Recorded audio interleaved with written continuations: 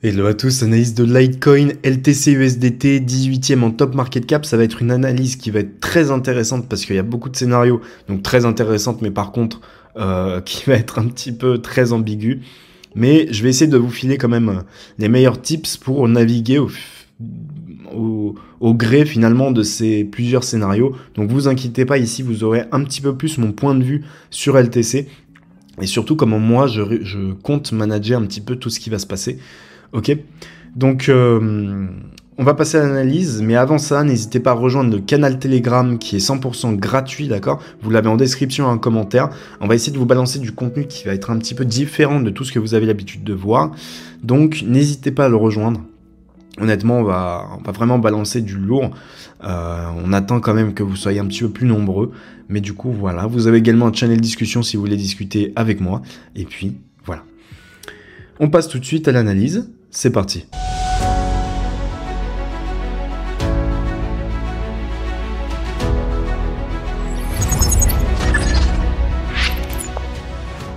On se retrouve sur la charte de LTC. Alors ici, on va avoir plusieurs scénarios. C'est ça qui va être très intéressant, mais à la fois très embêtant, ok, très chiant.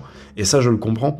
Maintenant, ici, que vous soyez en spot, alors à part ceux qui investissent, enfin qui veulent acheter sans se prendre la tête, et hold finalement, donc ceux qui veulent investir intelligemment, essayer de faire un maximum de profit, et ceux donc du coup qui tradent en perp, vous allez voir que ici on va avoir plusieurs scénarios et qu'il va falloir manager vos actions, peu importe en fait les positions ouvertes, vous allez devoir rester dans un constant management, tout simplement tant qu'on n'aura pas dépassé les 160 $, ok, et avec pullback compris, etc., mais qu'on n'aura pas cassé cette résistance. Pourquoi ? Tout simplement parce qu'ici, donc on est dans notre phase accumulative. Ok, ça c'est une bonne chose. Maintenant, dans le cas où on cherche une schématique week-off là-dedans, comme je vous l'ai mis ici, on aurait donc notre selling climax, automatic rally, secondary test, SOS, STB. D'accord, dans une schématique week-off, c'est exactement ça qu'on veut. Le SOS pourrait se situer ici. Vous voyez bien que on a une résistance, double résistance forte sur ces niveaux-là. Ok, donc ça va être difficile à casser. Donc on pourrait avoir ici une montée, un rejet et un STB derrière. Ce qui nous donnerait par ailleurs un flat, ok, et ensuite faire le STB. Évidemment, on peut faire d'autres choses. On peut d'abord également avoir ici donc notre impulsion initiale, ok, faire une A, une B, une C, d'accord. Ensuite effectuer le push et derrière refaire le STB, ce qui nous donnera un plus gros flat finalement. Et là, ça nous indiquera très clairement de la vente, surtout si on a un rejet fort ici. D'accord? C'est ça qu'on va surveiller. Donc ici, on peut avoir un flat aussi en interne. Dans le cas ici d'une redistribution, ok, et de finalement une continuité de drop, c'est une possibilité. Mais pour l'instant, ça reste extrêmement compliqué. Pourquoi? Parce que en interne ici, hop, je réinitialise. En interne ici, qu'est-ce qu'on a? On a donc une accumulation pour l'instant qui est en train de se mettre en place, ou une redistribution, attention, avec notre selling climax, automatic rally, secondary test, SOS, et là on a fait le STB. Ok, donc on fait attention maintenant, ici il y a deux possibilités. Première possibilité, le dénouement finalement, ici on va être dans une zone de doute, ok, ce qui fait partie de la dernière phase finalement d'une accumulation week-off, parce que ça c'est un pattern week-off du coup. Donc ici, on va avoir une phase où vraiment on aura énormément de doutes, on ne saura pas si ça va monter ou descendre, c'est exactement l'objectif de cette phase. Et derrière, donc une destruction totale de la volatilité. Ok, volatilité, si on met la volat ici, et même les volumes nets, on devrait avoir une contraction encore plus significative de ces deux indicateurs-là, et ensuite obtenir un dénouement, soit en ayant fait un spring, soit sans faire de spring, et on pourrait partir. Évidemment, ne pas partir brutalement, mais partir avec notamment ici peut-être une petite correction, des consolidations au fur et à mesure, et ensuite le départ. Ça, c'est une réelle accumulation. Dans le cas où on a quelque chose qui s'apparente à ça, d'accord, ici, ce sera une redistribution, et on considérera ça comme un UT. Ok, tout simplement parce que le dénouement émotionnel de ce pattern week-off se fera à la hausse. Un petit peu à l'image, ok, je vais vous mettre un exemple, un petit peu à l'image de ce qu'on a fait sur audio. Ok, je vous avais analysé audio et je vous avais dit, voilà, même moi je m'étais fait piéger pour le coup, j'avais pris ça pour une accumulation, mais derrière on a eu le dénouement émotionnel ici, et bah, qu'est-ce qu'on a eu? Redistribution, et maintenant on fait de nouveau plus bas. Donc c'est exactement ça qu'on ne veut pas voir. On ne veut pas voir d'un retour brutal de volatilité. Au contraire, on doit être vraiment dans le doute pendant un moment. Après avoir fait le spring, il nous faut vraiment une traversée du désert et ensuite remonter petit à petit et là partir. Ça, c'est une accumulation. Okay, ce qu'on a eu finalement ici par exemple. Okay, Selling Climax, Automatic Rally, Secondary Test SOS, STB, hop, mise en place d'un gros doute et ensuite mouvement haussier, avec évidemment des consolidations ici. Donc des running flat, des petits setups finalement, sur des résistances logiques, et ensuite le mouvement haussier. C'est exactement ça qu'on veut voir, on ne veut pas voir l'inverse, d'accord? Donc voilà, ça à surveiller en interne en 4 heures, c'est vraiment ça qu'on va surveiller.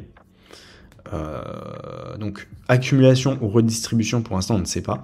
Donc c'est vraiment cette phase-là, donc à partir de là, qu'il va falloir voir comment ça va se passer, cette dernière phase d'accumulation, week-off ou de redistribution.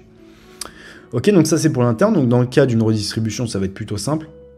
On va remonter ici, on va casser, on va prendre un petit peu les liquidités, combler les déséquilibres là-haut, taper dans un order block intéressant, donc notamment ici si on doit en mettre un, on va regarder en daily. L'objet intéressant avec le POC, ce serait à peu près les 99 $, donc les 100 $, ouais, ça va de soi, prix psychologique, donc franchement ça reste cohérent là-dessus. Prix psychologique, les 100 $, on a la résistance là, donc ça risque de taper là-dedans, et ensuite, drop, simple, efficace. Si ça drop, évidemment, ici, ce qu'il va falloir surveiller, ça va être notamment, donc soit on vient prendre tous ces lots ici, d'accord, et derrière on fait un flat et on part, ok, donc A, B, C ici, et on part. Donc si on a un flat et qu'on a vraiment des signes de force, pardon, je vais dire ça, je me remets ici, je vais me mettre en log pour qu'on voit mieux. Ok, donc si on a très clairement des signes de force sur ces niveaux-là, d'accord, et qu'on peut partir pour ce regular flat là, ok, là on pourra tenter d'acheter ici et de minimum viser le SOS. Et dans le cas où on fait pas de pattern week off, ok, ce qu'on vise, bah finalement, on va le voir après d'ailleurs, les targets finales de Litecoin. Mais ensuite on pourra partir tranquillou pour le top finalement. Donc les targets, ce sera 400 $, vous allez voir ça. Ok, donc ce qu'il va falloir surveiller, c'est ça. Il y a beaucoup de choses à surveiller. Donc honnêtement, moi, ce que je vais voir ici, c'est notamment si on fait une accu, comme je vous l'ai montré sur audio, ou une redistribution, comme je vous l'ai montré également sur audio. Si on fait une accumulation, j'entrerai dans un petit setup, parce que moi, je fais que du perp, même sur les cryptos. Je fais que du perp, donc j'attends des setups personnellement. Sinon, vous pouvez entrer directement en spot sans vous prendre la tête. Et ensuite, je targeterai minimum le SOS, et à partir de ce moment-là, je prends des profits, d'accord? C'est comme ça que je vais gérer. Je prends des profits dans le cas d'un retournement, ok, sur ces niveaux-là. C'est vraiment ça que je compte faire personnellement. Je prends des profits, et puis si ça continue, ok, c'est magnifique, je pourrai être tranquille. Maintenant, pour le moment, il y a trop de doutes, et il faut se protéger de tous les scénarios possibles. C'est comme ça qu'on trade. D'accord, que vous soyez fan de crypto, j'en ai rien à foutre. Il y a des règles en trading, ok. Que vous dites, voilà, regarde les volumes, regarde les machins, que vous disiez ça, en fait, finalement, personnellement, j'en ai rien à faire. Je respecte mes stratégies, mes règles que je m'impose en cas on va dire, d'invalidation de scénario. Pour ma part, c'est obligé. Vous faites ce que vous voulez, finalement. C'est vraiment, je vous expose ce que moi, je vais faire. Ok, pour peut-être en guider certains qui en ont besoin. Donc ici, voilà, je vise minimum le SOS, ici ça part, ok. Maintenant, évidemment, si on a quelque chose comme ça, une redistrib, et qu'on vient couler et vraiment descendre finalement sans faire spécialement de signaux haussiers en interne, et qu'on va directement faire le STB, là-dedans, il va vraiment falloir surveiller la suite, parce que ça va être très important. Pourquoi ? Parce que si on regarde ici, on a LTC donc, sur CoinMarketCap, qui a connu donc 3 bull runs. Ici, on peut remarquer, si je dois vous faire une analyse long terme, c'est qu'on a cette impulsion initiale. Ici, on a fait une A, ok. Ce qu'on considère là, c'est une B, ici une C, et maintenant ce qu'on cherche, c'est la cassure du top, ok, tout simplement. Point running flat. Maintenant, évidemment, ce qui va être très important, c'est de ne pas casser solo ici. Si on casse solo, on invalide le running flat. Donc le STB, s'il y en a un, peu importe qu'on fasse le SOS ou qu'on y aille directement, on fait très attention à ce qu'il ne casse pas les 22,4$, parce que sinon, ça invalide notre target long terme.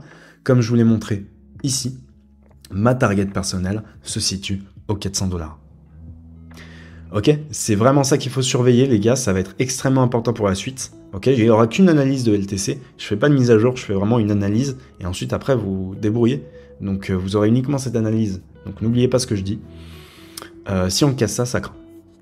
Ok, peut-être que j'en ferai en live, des analyses, enfin des mises à jour, ok, sur les différentes cryptos, si on me le demande, avec plaisir.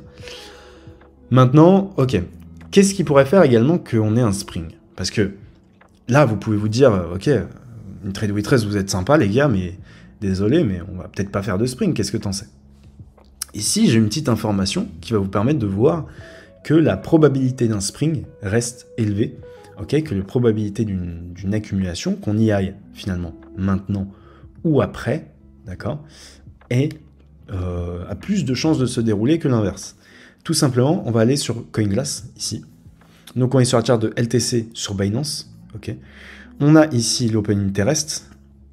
On a également ici, on peut remarquer très simplement. Donc ça, c'est les positions longues et ça, c'est les positions short. On voit que les shorts se font atomiser, ok. On a de moins en moins de shorts depuis finalement cette zone d'accu. Je pense que c'est la plus intéressante, ok. On a de moins en moins de shorts. Par contre, depuis cette zone, ok, on a vraiment une augmentation d'à peu près 1900% de longue. Si on le prend vraiment d'un bas intéressant, ça fait même du 3000% d'augmentation de positions longues sur Litecoin. Donc, ces positions longues-là, elles ont des stop-loss. Et elles sont source de contrepartie énorme pour les whales. Et ça m'étonnerait que sur une crypto croissante, une crypto qui quand même existe depuis 2013 et qui est encore là et qui est 18e en top market cap, ça m'étonnerait qu'on ne fasse pas, qu'on ne vire pas tout le monde au profit finalement des whales, que les whales entrent et fassent une réelle accumulation week-off sur ces zones-là pendant que tout le monde FOMO, et que derrière on fasse réellement le vrai mouvement. Le STB, je pense, est inévitable pour ma part, donc c'est pour ça que je me protège énormément. C'est mon avis personnel, ok. Vous avez de toute façon ici la preuve, la preuve que ça craint, ok. Je pense que ici, quand on voit ça, tout le monde est à peu près d'accord. Maintenant, à voir. Mais ça m'étonnerait que tous ces mecs-là gagnent, ok. Alors par contre, ce que j'espère, c'est que leur liquidité se situe là et non pas sous ces lots-là. Si leur liquidité se situe là, ça craint énormément pour notre running flat et pour notre target des 400$. Ok, on visera peut-être la sell zone ou autre chose, mais on ne visera plus les 400$ si on casse ces bas-là et que les liquidités se trouvent là. Tout simplement.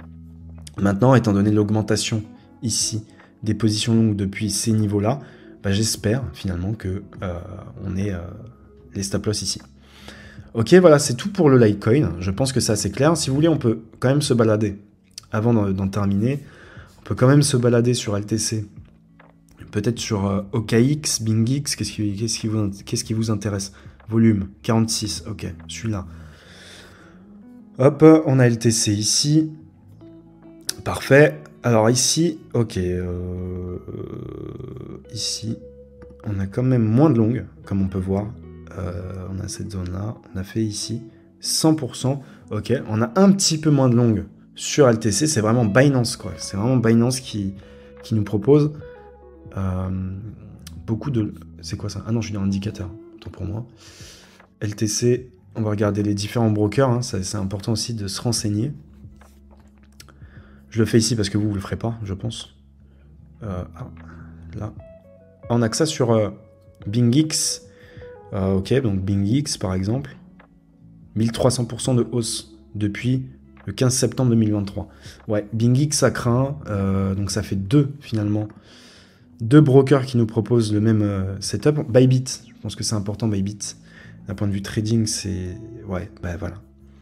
Finalement, on a à peu près... Ah non, c'est Bitcoin. Alors, LTC. LTC. On n'a pas Bybit LTC, si. Ok, est-ce que c'est bon? Ouais. Alors ici, pareil, augmentation, ouais, non. Vous voyez que là, sur tous les 5000% sur Bybit. Ouais. Donc là, ça craint énormément de liquidité au sud. Donc voilà. Là, je pense que vous avez tous les arguments pour vous faire votre propre avis. Vous savez comment moi, je vais gérer la chose. Pour l'instant, évidemment, donc si on cool, parce que ça, je ne vous l'ai pas dit, si on cool directement, qu'il n'y a aucun setup, etc., qu'on fait le STB, là, pour l'instant, je ne fais rien. J'attendrai une réaction, la fin, finalement, de l'accumulation, évidemment, avec tout ce qu'on a discuté par rapport aux accumulations week-off, et j'attendrai un setup en interne personnellement, évidemment. Parce que je ne fais pas de spot, je fais que du contrat. Fin de la vidéo, j'espère en tout cas que ça vous aura aidé, j'espère que c'était assez complet. Franchement, je pense que cette analyse était assez complète et très intéressante. N'hésitez pas à me dire quel est votre plan finalement sur Litecoin. Est-ce que vous avez à peu près le même que le mien ou pas du tout? Et puis ce que je vous dis, c'est faites attention à vous sur les marchés financiers. À la prochaine, ciao.